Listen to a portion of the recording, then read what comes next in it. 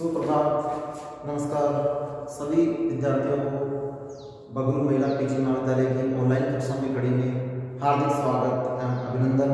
आज हम बीए और बीए बीएड तृतीय वर्ष के विषय इतिहास के रूप में आधुनिक विश्व का इतिहास, जो कि हमारा द्वितीय प्रश्न पत्र है, उस विषय के प्रकरण के रूप में आज हम लेंगे औद्योगिक क्रांति, जो कि विश्व के इतिहास में अपने आप में एक महत्वपूर्ण घटना है, जिसे युगांतकारी घटना के नाम से भी जाना जाता है। अर्थात आज हम आधुनिक विश्व का जो इतिहास पढ़ रहे हैं, उस विश्व के इतिहास में एक ऐसा आमूल परिवर्तन जो इंग्लैंड से आरंभ हुआ और पूरे यूरोप में फैल गया, और जिसे अनेक इतिहासकारों, अर्थशास्त्रियों और विद्वानों के द्वारा अलग अलग नामों से व्याख्यात किया, जिसमें सर्वप्रथम अर्नोल्ड टाइलरी के द्वारा उसे नामकरण किया गया और उसे औद्योगिक क्रांति नाम दिया गया। तो आज हम उसी औद्योगिक क्रांति को पढ़ेंगे, जो 18वीं शताब्दी में आरंभ हुई। कौन शताब्दी में? 18वीं शताब्दी के उत्तरार्ध में। 18वीं शताब्दी जो चल रही थी, उसी के उत्तरार्ध में।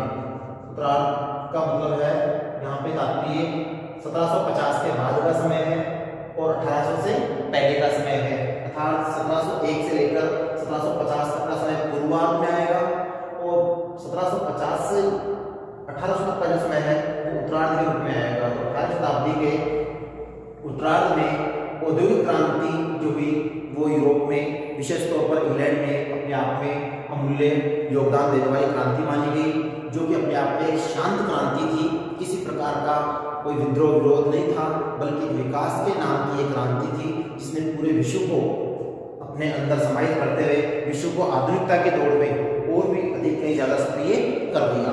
क्योंकि इसी क्रांति के फलस्वरूप कई प्रकार के परिणाम और प्रभाव जो है वो देखने को मिले, जो हम पढ़ेंगे विस्तार से। हम पहले शुरुआत करते हैं औद्योगिक क्रांति की प्रस्तावना के रूप में कि आखिर औद्योगिक क्रांति जो हुई उसकी शुरुआत कैसे हुई।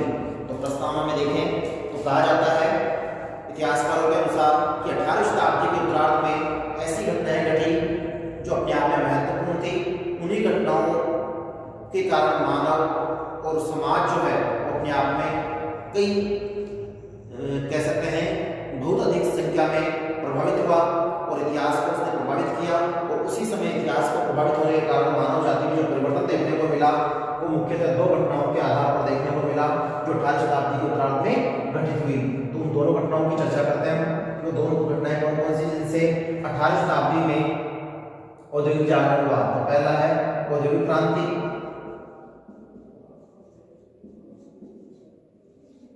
सर्वप्रथम औद्योगिक क्रांति जो हुई, उसका समय जो माना जाता है, हम पढ़ भी रहे हैं, नीचे पढ़ेंगे। इसके दो चरण हैं जो कि अर्थशास्त्रियों के अनुसार बताए गए हैं। अर्नोल्ड टाइलरी जो है इसके प्रथम चरण के समर्थक है, उसके बाद आगे अर्थशास्त्रियों ने इसको विस्तृत रूप से दिया है। इसीलिए औद्योगिक क्रांति पहला कार्य रहा, और दूसरा रहा फ्रांसीसी क्रांति।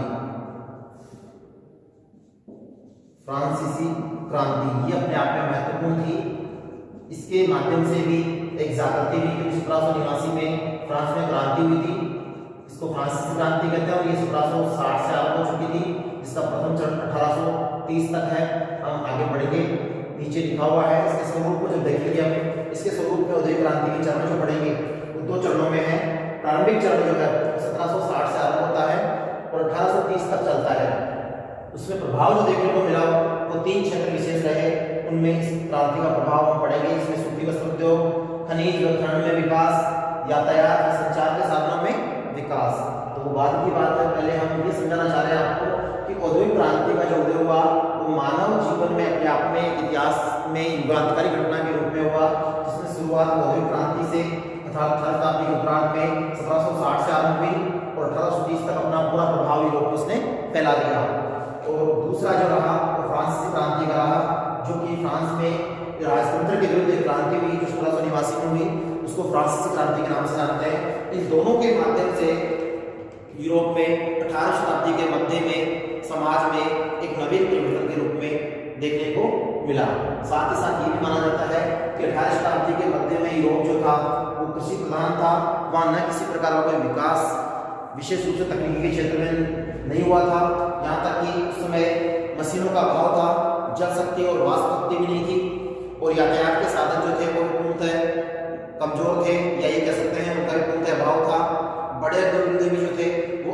निश्चित श्रेणी में थे, यानी किसी प्रकार से औद्योगिक विकास नहीं था। और उसी समय में सर्वप्रथम इंग्लैंड में एक ऐसा आमूलचूल परिवर्तन हुआ जिसे इतिहासकारों के द्वारा और अर्थशास्त्रियों के द्वारा औद्योगिक क्रांति का नाम दिया गया। तो याद रहे कि इसी समय में 18वीं शताब्दी के मध्य के बाद उत्तरार्ध में क्या हुआ, इंग्लैंड के अंदर आमूलचूल परिवर्तन हुए। कहां पर हुए? इंग्लैंड में आमूलचूल परिवर्तन, ये विशेष शब्द है, इस शब्द को याद रखना है कि आमूलचूल परिवर्तन का मतलब यकायक अपने आप में एक ऐसी व्यवस्था का उत्पन्न होना जिसके अनुसरण के लिए लोगों ने अपना व्यवसाय बदल दिया। तो वो था इंग्लैंड में आमूलचूल परिवर्तन हुआ। और उसी आमूलचूल परिवर्तन के कारण इंग्लैंड में सबसे पहले सर्वप्रथम इंग्लैंड में औद्योगिक क्रांति की शुरुआत हुई। पूछा जाता है कि यूरोप के किस राष्ट्र में सर्वप्रथम औद्योगिक क्रांति की शुरुआत हुई, तो आप बताएंगे इंग्लैंड में आमूलचूल परिवर्तन होने के साथ ही शुरुआत जो हुई सर्वप्रथम रूप से वो इंग्लैंड से मानी जाती है। औद्योगिक क्रांति की शुरुआत इंग्लैंड से मानी जाती है। जैसे हमने इससे पहले पुनर्जागरण पढ़ा, पुनर्जागरण इटली के फ्लोरेंस नगर से हुआ।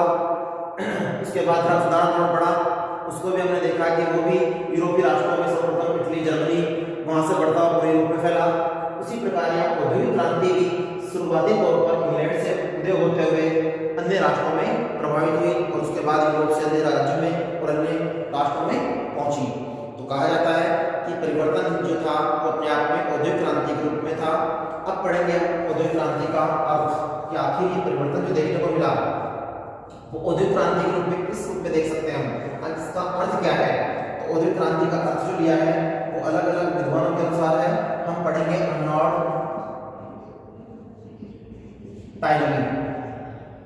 अर्नोल्ड टायनबी जो थे, इनके द्वारा सब सर्वप्रथम अर्नोल्ड टायनबी के द्वारा इसको व्याख्यात किया गया। औद्योगिक क्रांति शब्द को उल्लेखित किया गया।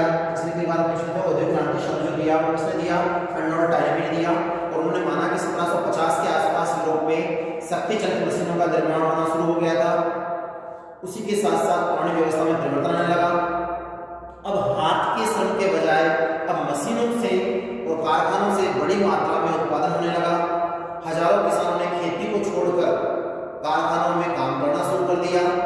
उसी के परिणाम स्वरूप आर्थिक जगत में एक नए युग का सूत्रपात हुआ, अर्थात अर्थव्यवस्था जो अपने आप है वो बदलने लगी। और उसी नए युग के सूत्रपात को ही हम क्या कह सकते हैं, औद्योगिक क्रांति के नाम से संबोधित कर सकते हैं। यह है औद्योगिक क्रांति का अर्थ कि यकायक 1750 के बाद वहां पर लोगों में जो परिवर्तन देखने को मिला वो आर्थिक क्षेत्र में देखने को मिला।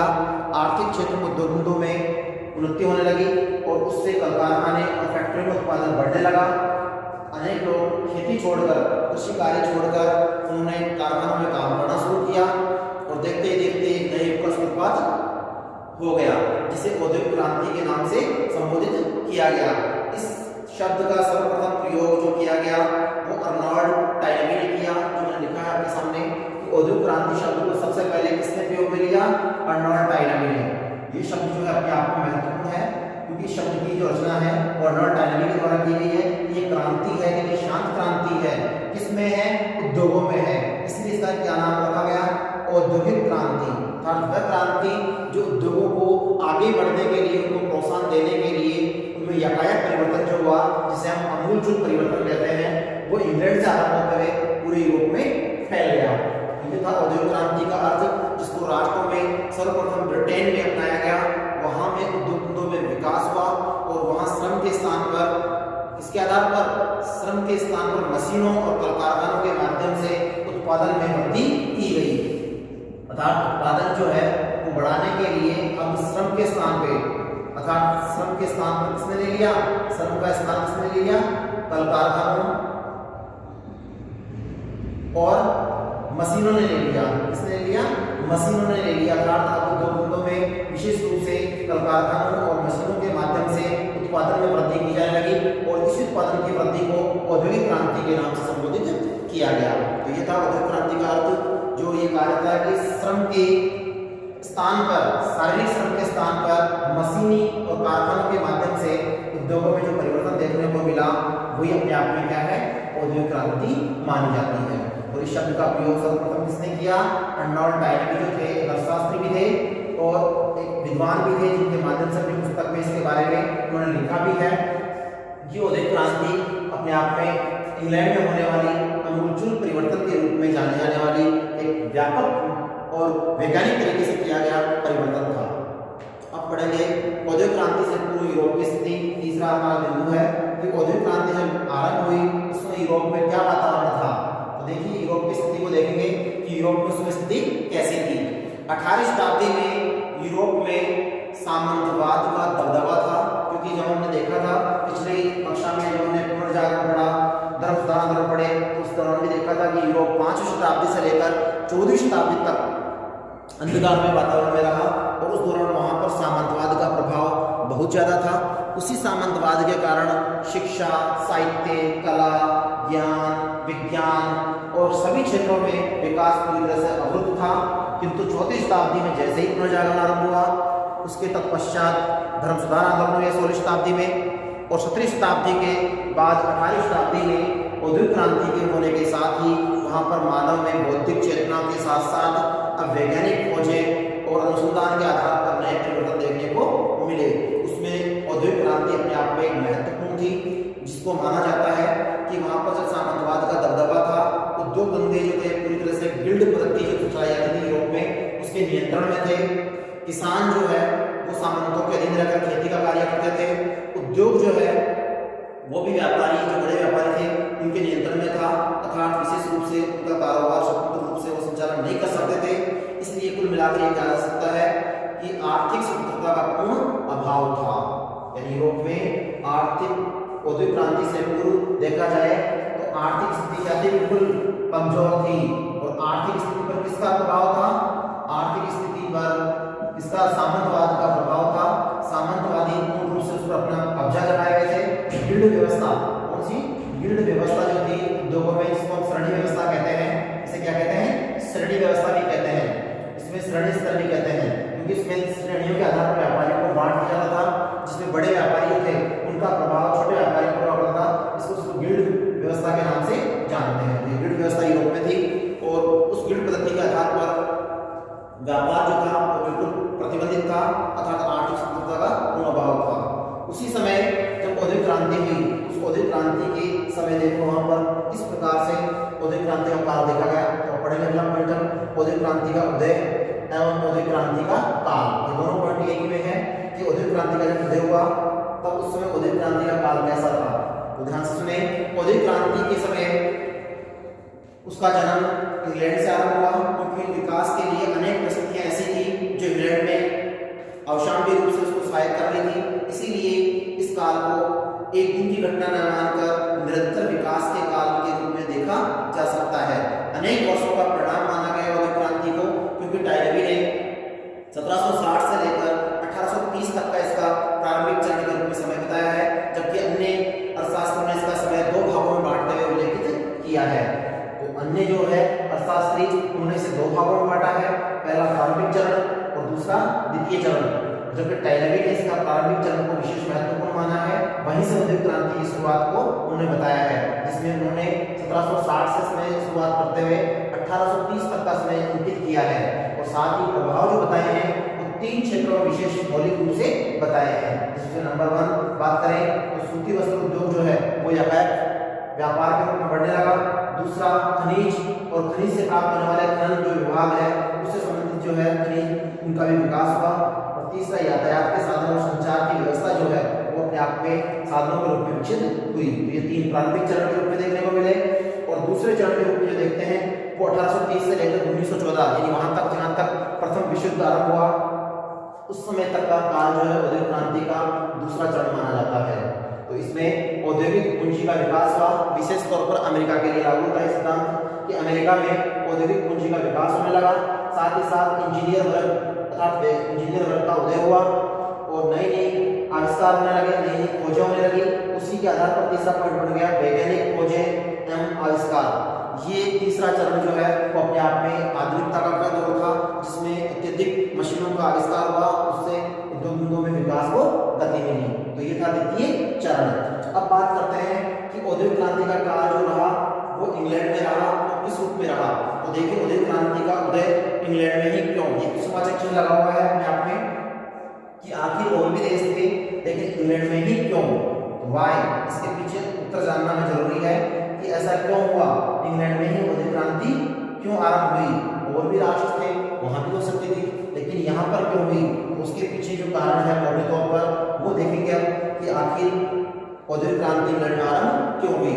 तो देखिए अनेक इतिहासकारों के द्वारा औद्योगिक क्रांति का संबंध इंग्लैंड से इसलिए बताया जाता है क्योंकि वहां पर औद्योगिक क्रांति के अनुकूल वातावरण था।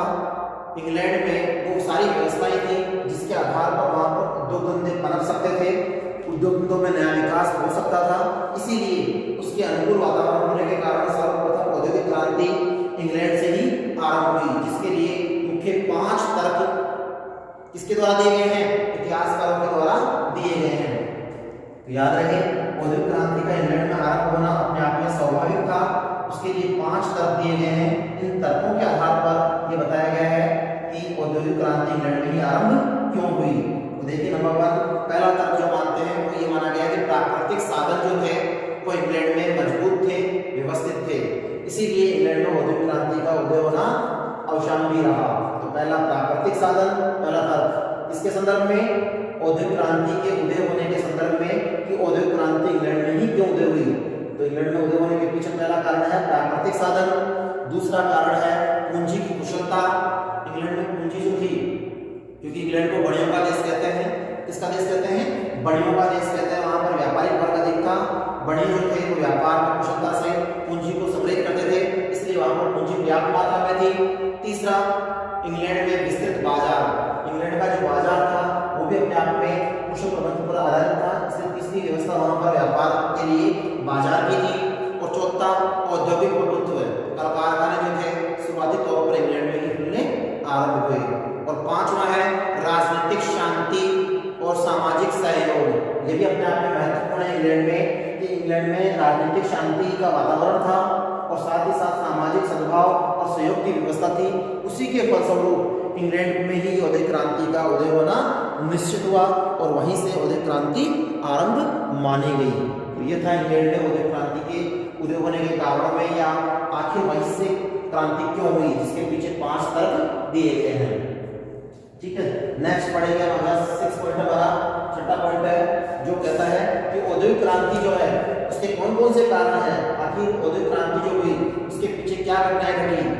तो 6 पॉइंट उसमें मुख्य है जो औद्योगिक क्रांति के कारणों का उल्लेख करती है कि आखिर में कौन कौन से कारण थे जिससे औद्योगिक क्रांति हुई। तो देखिए औद्योगिक क्रांति के कारणों को देखें तो पहला कारण है पुनरुत्थान एवं भौगोलिक खोजों के परिणाम। ये वही पूर्व परिणाम है जो पुनर्जागरण से हुए थे, उन्हीं को पुनरुत्थान कहते हैं, क्योंकि वहां पर नवीन चेतना के आधार पर नए नई खोजें और अनुसंधान किए गए, उनका प्रभाव महत्व यहाँ औद्योगिक क्रांति में देखने को मिला। इसीलिए पहला पॉइंट ये बनता है क्रांति के कारणों में कि पुनरुत्थान व नवीन तकनीकी के आधार पर खोजें जो की गई, अनुसंधान जो किए गए, वो अपने आप में औद्योगिक क्रांति के लिए सहायक तत्व के रूप में शामिल हुए। दूसरा, बढ़ती जनसंख्या, इंग्लैंड में जनसंख्या अधिक बढ़ रही थी, उस जनसंख्या को खिलाने के लिए कुछ व्यवस्था होनी चाहिए थी, इसीलिए उसे व्यापार में वृद्धि करने का निश्चय किया और वहीं से औद्योगिक क्रांति का उदय हुआ। तो वो थी जनसंख्या वृद्धि, दूसरा कारण। तीसरा कारण था रहन सहन के स्तर में वृद्धि। अब इंग्लैंड में लोगों का रहन सहन जो था उसका स्तर भी उच्च हो गया था, इसीलिए उस रहन सहन के स्तर के आधार पर उन्होंने अपनी अर्थव्यवस्था को मजबूत करने के लिए उद्योगों का सहारा लिया। नंबर 4 पर है फ्रांसीसी क्रांति का प्रभाव, क्योंकि फ्रांसीसी क्रांति औद्योगिक क्रांति के साथ साथ ही आरंभ हुई, इसीलिए इस क्रांति से जो परिणाम देखने को मिले और इस क्रांति का घटनाक्रम जो था उसने वहाँ यूरोप के लोगों को जागरूक किया और उसी के फलस्वरूप वहाँ पर औद्योगिक क्रांति की ओर बढ़ने लगे।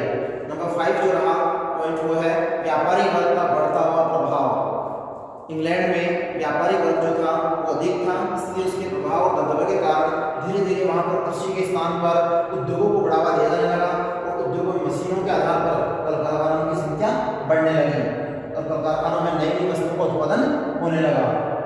तो ये था नंबर 5। नंबर 6 जो है वो है विशेष रूप से राष्ट्रीयता की भावना का विकास।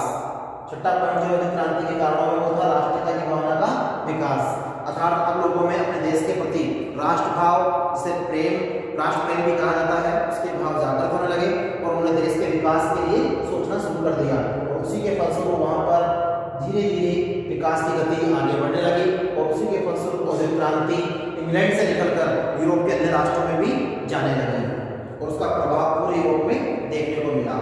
तत्पश्चात अन्य एशियाई राष्ट्रों में प्रवेश की। अब है क्रांति का स्वरूप।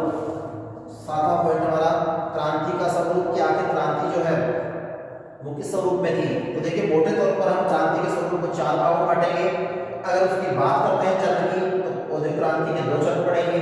तो पहले स्वरूप को देखते हैं कि औद्योगिक क्रांति का स्वरूप जो है वो कितने भागों में है। तो 4 भागों में है इसका स्वरूप। कैसे? औद्योगिक क्रांति का स्वरूप विभिन्न क्षेत्रों में दिखाई देता है। विशेष रूप से इसे 4 भागों में देखने को मिला, जो कि यूरोप में इंग्लैंड में या इंग्लैंड के संदर्भ में देखें तो 4 भाग जो थे इंग्लैंड के वो निम्न प्रकार के जिनमें औद्योगिक क्रांति को देखा जा सकता है। याद रहे इंग्लैंड में जो आमूल परिवर्तन हुआ औद्योगिक क्रांति के रूप में वो 4 भागों में दिखाई देता है। कितने भागों में? 4 भागों में। और वो 4 भाग कौन से जहां पर औद्योगिक क्रांति का वर्चस्व दिखाई देता है इंग्लैंड के अंदर। तो देखिए सबसे पहला भाग जो रहा वो रहा कृषि के क्षेत्र में विकास। औद्योगिक क्रांति के फलस्वरूप क्या हुआ? कृषि के क्षेत्र में विकास हुआ।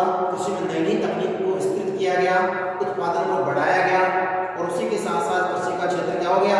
विकसित हो गया। तो पहला क्षेत्र कौन सा हो गया? कृषि के क्षेत्र में विकास। दूसरा नंबर 2 परिवहन और संचार का सुधार।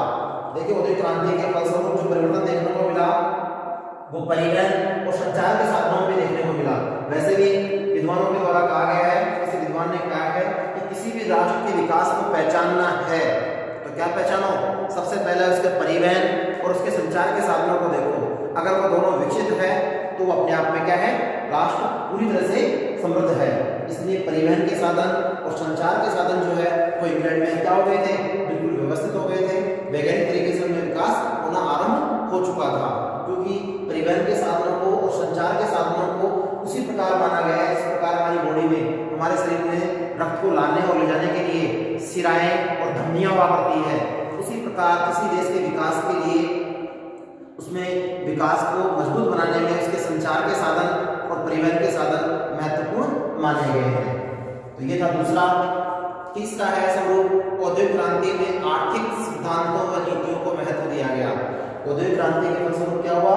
अब आर्थिक सिद्धांतों को अपनाया गया, उन पर विकास पर बल दिया जाने लगा और वैसी ही आर्थिक नीतियां देश में लागू की जाने लगी। तो ये तीसरा प्रभाव इंग्लैंड में देखने को मिला।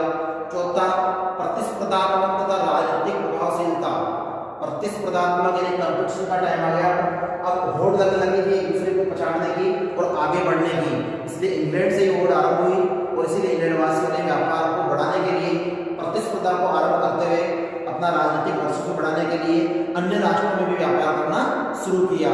उन्होंने अपने व्यापार को उपनिवेशों के माध्यम से अन्य राष्ट्रों का अधिकार करते हुए व्यापार को विस्तृत किया। तो ये था स्वरूप 4 रूप में इंग्लैंड में औद्योगिक क्रांति का। अब है औद्योगिक क्रांति के चरण जो हम पढ़ चुके हैं, देख चुके हैं कि 2 चरण है। पहला प्रारंभिक चरण जो 1760 से आरंभ होता है और 1830 तक माना जाता है। अर्नल्ड टाइनबी जो है इसके समर्थक है। उन्होंने इसका क्षेत्र जो बताया वो 3 भागों में बताया है।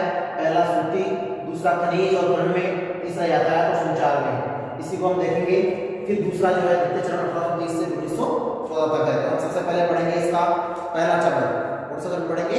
प्रारंभिक चरण, जो औद्योगिक क्रांति की उत्पत्ति और विकास की अवस्थाओं को 2 चरणों में बांटा गया है, जिसमें पहला चरण 1760 से 1830, जिसको 18वीं शताब्दी का उत्तरार्ध काल कहा जाता है। 18वीं शताब्दी का उत्तरार्ध काल। और दूसरा काल जो है वो 19वीं शताब्दी से लेकर 20वीं शताब्दी तक का माना गया है। इसका प्रभाव द्वितीय चरण के रूप में दिखाई देता है, जो 1830 से आरंभ होकर 1914 तक माना गया। तो हम शुरुआत करते हैं पहले चरण को। पहले चरण में 3 पॉइंट है। 3 पॉइंट को देखेंगे कि औद्योगिक क्रांति का प्रभाव जो पड़ा वो 3 क्षेत्रों को पड़ा। सबसे पहले सूती वस्त्र को लेते हैं, उसके बाद हम खनिज को लेंगे और तत्पश्चात यातायात को लेंगे। तो ध्यान से देखें, पहला जो था जिसको हम कहते हैं प्रारंभिक चरण, उसमें सूती वस्त्र में ढाका की मलमल, ढाका आज बांग्लादेश की राजधानी है, वहां पर महीन बहुत बारीक बिल्कुल स्लिप जिसको कहते हैं सिल्क का मलमल हुआ करता था, जिसको अंगूठी से अगर निकाल लें तो थान का थान पूरा निकल जाया करता था। इसलिए ढाका की मलमल जो थी वो फेमस थी। इसीलिए कहा जाता है कि सूती वस्त्र में ढाका की मलमल और कश्मीर की शॉल अपने आप में महत्वपूर्ण थी। ये भारत के लिए विशेष शोभनीय था। तो इस समय का व्यापार समृद्ध रहा, जो अंग्रेजों के काल के कारण अंग्रेजों ने अपने अधिकार में किया हुआ था। तो सूती वस्त्र जो थी वो ढाका की मलमल के रूप में थी और कश्मीर की शॉल जो थी वो अपने आप में महत्वपूर्ण थी। और इसी काल में नए नए आविष्कार हुए। जिन आविष्कारों की बात करें तो वैज्ञानिकों के द्वारा नई नई मशीनों का आविष्कार किया गया। जैसे एग्जाम्पल के रूप में देखें, फ्लाइंग शटल का आविष्कार जो किया 1723 में जोहेन के द्वारा किया गया। जोहेन नाम के वैज्ञानिक ने 1723 में फ्लाइंग शटल नामक मशीन का आविष्कार किया। पहला आविष्कार है ये। दूसरा है जेम्स हार्ग्रीव्स ने 1765 में स्पिनिंग जेनी का आविष्कार किया। ये सूत काटने के लिए काम आने वाली मशीन थी, इसीलिए जेम्स हार्ग्रीव ने 1765 में स्पिनिंग जेनी जो कि पत्नी थी उसके नाम से मशीन का नाम रखा और इस मशीन को उन्होंने बनाया, इसका नाम था स्पिनिंग जेनी। और तीसरी मशीन जो थी वो मिलाकर बनाई गई, किसके द्वारा? क्राफ्टन के द्वारा। क्राफ्टन ने स्पिनिंग जेनी में वाटर फ्रेम को मिलाकर एक नई मशीन बनाई, नया आविष्कार किया जिसको नाम दिया गया स्पिनिंग फ्यूल और उसे सूती वस्त्र बनाने में काम में लिया जाने लगा। तो ये तीन आविष्कार। चौथा आविष्कार जो था वो पोर्ट राइट ने किया। और पोर्ट राइट ने क्या बनाया? उन्होंने पावर ब्लूम नामक एक मशीन का आविष्कार किया जिससे कपड़े को तेजी से बुना जाने लगा। कपड़े को तेजी से बुनने के लिए सूती वस्त्र उद्योग में पोर्ट राइट ने जो मशीन बनाई वो अपने आप में महत्वपूर्ण थी, जो कि जिसको नाम दिया गया पावर ब्लूम। तो ये थे सूती वस्त्र में चार आविष्कार। दोबारा रिपीट कर रहा हूँ। पहला फ्लाइंग शटल जिस मशीन का आविष्कार किया वो थे जोहेन, 1723 में किया। दूसरा स्पिनिंग जेनी, इसका आविष्कार किया जेम्स हार्ग्रीव ने 1765 में किया। और आगे चलकर उसी स्पिनिंग जेनी में वाटर फ्रेम को मिलाकर एक नया आविष्कार किया जिसको नाम दिया गया स्पिनिंग फ्यूल और उसके आविष्कार थे क्रॉम्पटन। कौन थे? क्रॉम्पटन। और चौथा आविष्कार पोर्ट राइट ने किया, उन्हें पावर ब्लूम का आविष्कार किया जिससे तेजी से कपड़ा बनाया जाने लगा। तो ये था सूती वस्त्र उद्योग में चार आविष्कार। और उन आविष्कारों के साथ साथ सूती वस्त्र क्या हो गया? तीव्र गति से आगे बढ़ने लगा। अब बात करते हैं खनिज और खनन में विकास की। तो खनिज और खनन के विकास में भी देखा गया कि इस काल में आता है उद्योगों में ईंधन के रूप में खनिजों को काम में ले जाने लगा, जो कि अपने आप में सस्ते विकल्प के रूप में शामिल हुए और जिससे कोयला सबसे सस्ता और ईंधन के रूप में काम में ले जाने वाला खनिज मान गया। इसीलिए माना जाता है कि कल कारखानों में तीव्र गति से विकास होने लगा और परिवहन के साधनों में भी कोयले को उपयोग में लिया जाने लगा। याद रहे, खनिज के रूप में कोयला खोदा गया। कोयले को खोदने के बाद उसको परिवहन के साधनों व कल कारखानों में ईंधन के रूप में उपयोग में लिया जाने लगा। ये अपने आप में एक महत्वपूर्ण विकास था। उसी के साथ साथ और भी आविष्कार हुए जिसमें थॉमस न्यूकॉमन ने 1712 में बाफ का आविष्कार किया। वास्प जिसे कहते हैं, बाफ का आविष्कार किया 1712 में थॉमस न्यूकॉमन वैज्ञानिक का नाम है। उसके बाद दूसरा आविष्कार जेम्स वाट ने किया 1779 में, बाफ से चलने वाली मशीन बनाई जेम्स वाट ने 1779। ये याद रहे, जेम्स वाट ने क्या बनाया था?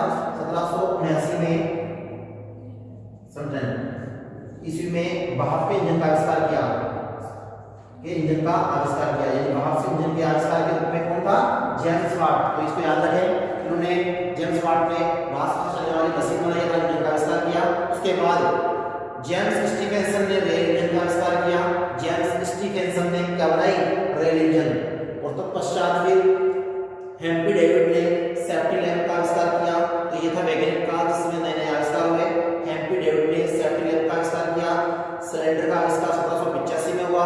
और उसी के साथ साथ यातायात के साधनों में भी विकास के रूप में देखें तीसरा पॉइंट, तो उसमें भी नए नए प्रयोग किए जाने लगे। तो तीसरा पॉइंट है यातायात और संचार के साधनों में विकास। तो देखिए, यातायात और संचार के साधनों में विकास की बात करें तो इस समय रेल और सड़क मार्गों का उनकी प्रणालियों के आधार पर विकास को जन्म मिला, जिसमें 1853 में सड़कों के लिए और साथ ही साथ रेल के लिए सर्वप्रथम कार्य किया गया। क्योंकि 1853 में ही बंबई से थाना सर्वप्रथम रेल चलाई गई और वो अपने आप में यातायात के साधनों में महत्वपूर्ण था। उसी के साथ साथ रेल में जॉर्ज स्टीफेंसन ने 1830 में रेलगाड़ी बनाकर संसार को आश्चर्य से में डाल दिया। हालांकि रेल का इंजन चलाया गया बाद में, लेकिन बन पहले चुकी थी 1830 में ही। किसने चलाई थी? जॉर्ज स्टीफेंसन ने। और ब्रिडले ने समुद्री यातायात के रूप में जहाजी नहरें बनाकर यातायात को और भी मजबूत कर दिया। ब्रिडले नाम के वैज्ञानिक जो थे उन्होंने जहाजी नहरें बनाई ताकि जलमार्गों के माध्यम से व्यापार को सुगम और यातायात के साधनों से सरलता से आगे बढ़ाया जा सके। उसी के साथ साथ रॉबर्ट फुल्टन ने 1807 में स्टीम बोट का आविष्कार किया। स्टीम बोट जो बनाई गई कब बनाई गई? रॉबर्ट फुल्टन के द्वारा 1807 ईस्वी में।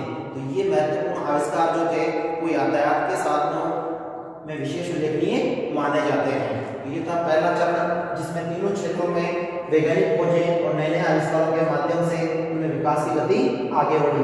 अब है नंबर 2, दूसरा पॉइंट जिसको कहते हैं द्वितीय चरण, औद्योगिक क्रांति का दूसरा काल जो 1830 से आरंभ होता है और 1914 तक चलता है, जिसमें 3 चीजों का विकास विशेष रूप से देखने को मिलता है। और औद्योगिक क्रांति इंग्लैंड से निकलकर पूरे यूरोप में फैल जाती है और उसका प्रभाव अमेरिका जैसे देशों पर भी दिखाई देता है। तो देखिए इस काल में 2 महत्वपूर्ण विशेषताएं हैं द्वितीय चरण में। पहला, कोयला, लोहा एवं स्टीम शक्ति से चलने का साधनों का विकास हुआ, व्यापार को गति मिली और व्यापार और अधिक समृद्ध हुआ। पहला तो यह है। दूसरा, इस चरण में औद्योगिक क्रांति में इंग्लैंड से बढ़कर इन शक्तियों का प्रभाव संपूर्ण यूरोप और यूरोप के बाहर में पड़ने लगा, जिसमें विशेषकर अमेरिका पर इसका प्रभाव देखने को मिलता है। जैसा कि मैंने भी बताया था आपको कि औद्योगिक क्रांति अब कहां से निकल चुकी थी? इंग्लैंड से बढ़ते हुए पूरे यूरोप में फैलते हुए अन्य राष्ट्रों में विशेष तौर पर अमेरिका तक पहुंच गई थी। अमेरिका में भी इसका प्रभाव द्वितीय चरण में देखने को मिलता है। किस रूप में? 4 रूपों में देखने को मिलता है। जैसे पहला, औद्योगिक पूंजी के विकास के रूप में। पहला कैसे? औद्योगिक पूंजी के विकास के रूप में, क्योंकि अब अमेरिका जो है पूंजीपति राष्ट्र की श्रेणी में था, वहां पर भी व्यापार समृद्ध होने लगा और उन्होंने औद्योगिक पूंजी को संचित करते हुए अपने को शक्तिशाली राष्ट्रों में शामिल कर लिया। दूसरा, इंजीनियर नामक नए वर्ग का उदय। ये भी अपने आप में द्वितीय चरण की महत्वपूर्ण देन थी कि अब नए नए आविष्कार, नई नई खोज होने के कारण इंजीनियर वर्ग जो था वो अपने आप में एक नया वर्ग बन गया और नए नए वैज्ञानिक खोजें हुई। साथ ही तीसरा, वैज्ञानिक खोजें और आविष्कार के रूप में नए नए आविष्कार होने लगे। तो ये तीनों वैज्ञानिक खोजें व आविष्कार जो है वो तीसरा चरण है, तीसरा बिंदु है द्वितीय चरण का। ये तीनों अपने आप में 1830 के बाद देखने को मिले। जैसे उदाहरण के रूप में डेविड के द्वारा या डेवी के द्वारा सेफ्टी लैम्प का आविष्कार किया गया, सीमन के द्वारा डायनामो बनाया गया, एडिसन के द्वारा बल्ब का आविष्कार किया गया। बल्ब का आविष्कार किसने किया? तो एडिसन ने। जैसे जेलबर्ट ने टेलीविजन का आविष्कार किया, फैराडे ने विद्युत परिचालकता के नियम दिए, बेसमेयर ने लोहे से इस्पात बनाने की विधि को जन्म दिया। तो ये कई नए नए वैज्ञानिक थे जिन्होंने नई नई प्रणालियों को अपनाकर उद्योगों में अपने आप में एक महत्वपूर्ण परिवर्तन दिया। तो ये परिवर्तन जो है द्वितीय चरण में देखने को मिलते हैं और इस तरह देखते देखते पूरे विश्व में औद्योगिक क्रांति की लहर फैल गई।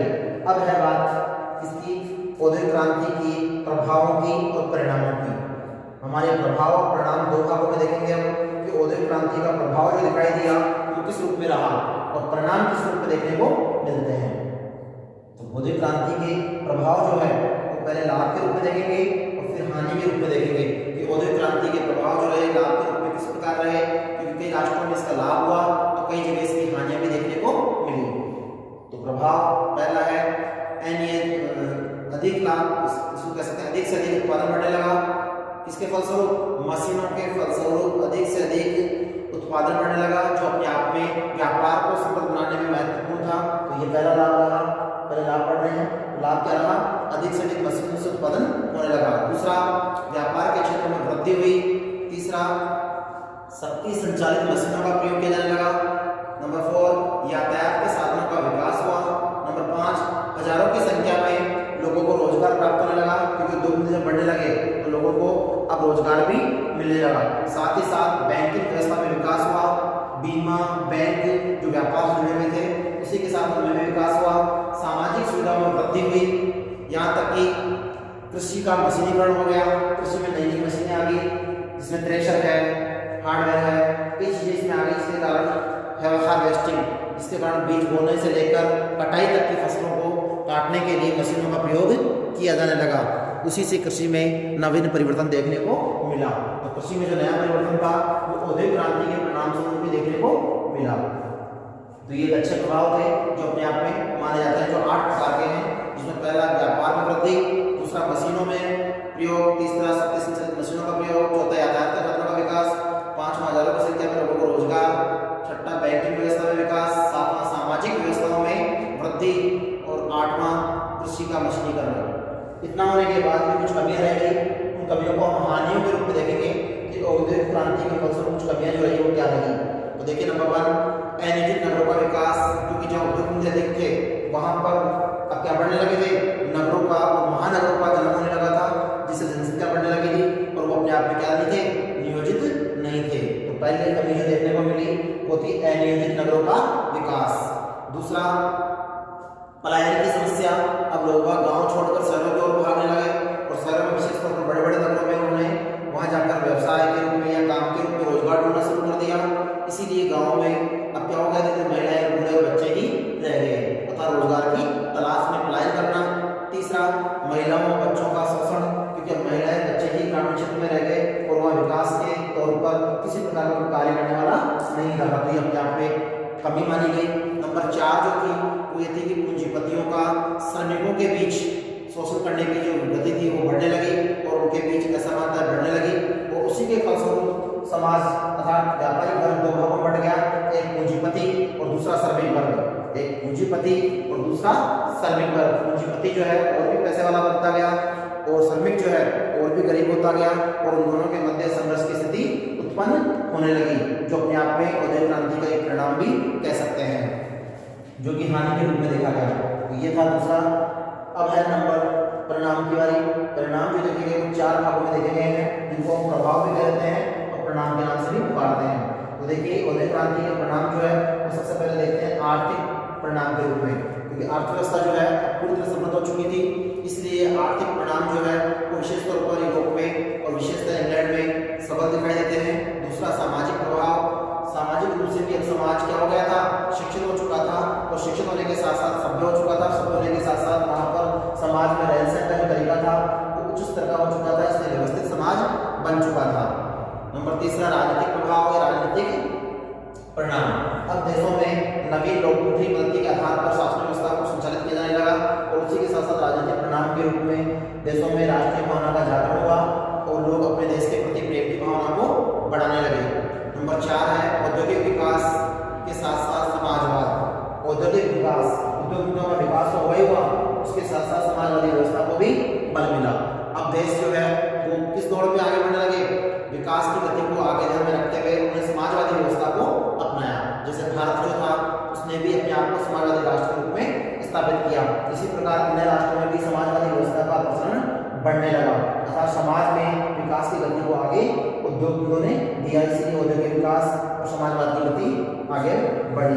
ये 4 पॉइंट जो है वो औद्योगिक क्रांति के परिणाम के रूप में है। इसमें पहला आर्थिक परिणाम, दूसरा सामाजिक, तीसरा राजनीतिक, चौथा औद्योगिक विकास एवं सामाजिक या समाजवादी विकास। तो इस प्रकार से औद्योगिक क्रांति पूरी हो गई और औद्योगिक क्रांति के परिणामों में एक इतिहासकार और अर्थशास्त्री के रूप में जो रहे विशेष तौर पर कौन थे, रेमजे म्योर। क्या नाम था पूरा, Ramsay more. Ramsay more. Ramsay more जो थे उन्होंने एक बात भी कही है। रेमजे म्योर ने क्या कही है, रेमजे म्योर ने परिणाम के बारे में कहा है कि औद्योगिक क्रांति जो थी वो क्या थी, एक ऐसी क्रांति थी जो बड़ी क्रांति थी परंतु शांतिपूर्वक बिना किसी शोर शराबे के विकास के अग्रदूत में उसने अपना कदम रखा और देखते देखते उस क्रांति ने पूरे विश्व को अपनी चपेट में ले लिया और पूरा विश्व विकास की गति को पकड़ता हुआ नई ऊंचाइयों में आधुनिकता के दौर में पहुंच गया। तो ये था रेमजे म्योर का कथन कि रेमजे म्योर ने औद्योगिक क्रांति को एक शांत बिना शोर के होने वाली क्रांति और विकास के पथ पर चलने वाली क्रांति के रूप में उल्लेखित किया। तो वो कौन थे, रेमजे म्योर, जिन्होंने औद्योगिक क्रांति को एक बड़ी क्रांति और सफल क्रांति के रूप में उल्लेखित किया और उसे विकास का अग्रदूत घोषित किया। इसलिए क्रांति के प्रभाव जो है कई क्षेत्रों में देखने को मिलते हैं और उसी के फलस्वरूप अन्य राष्ट्रों में भी नवीन चेतना का जागरण हुआ और उन्होंने भी अपना विकास करना शुरू किया। तो ये थी औद्योगिक क्रांति जो कि 18वीं शताब्दी के उत्तरार्ध में आरंभ हुई, इंग्लैंड से आरंभ हुई, आमूलचूल परिवर्तन के रूप में हुई और देखते देखते इतना स्वरूप और अपना विस्तार करते हुए पूरी यूरोप में फैल गई और यूरोप से अन्य राष्ट्रों में पहुंच गई। तो आज इतना ही काफी है। नेक्स्ट अगली क्लास में हम नया बिंदु लेंगे। धन्यवाद।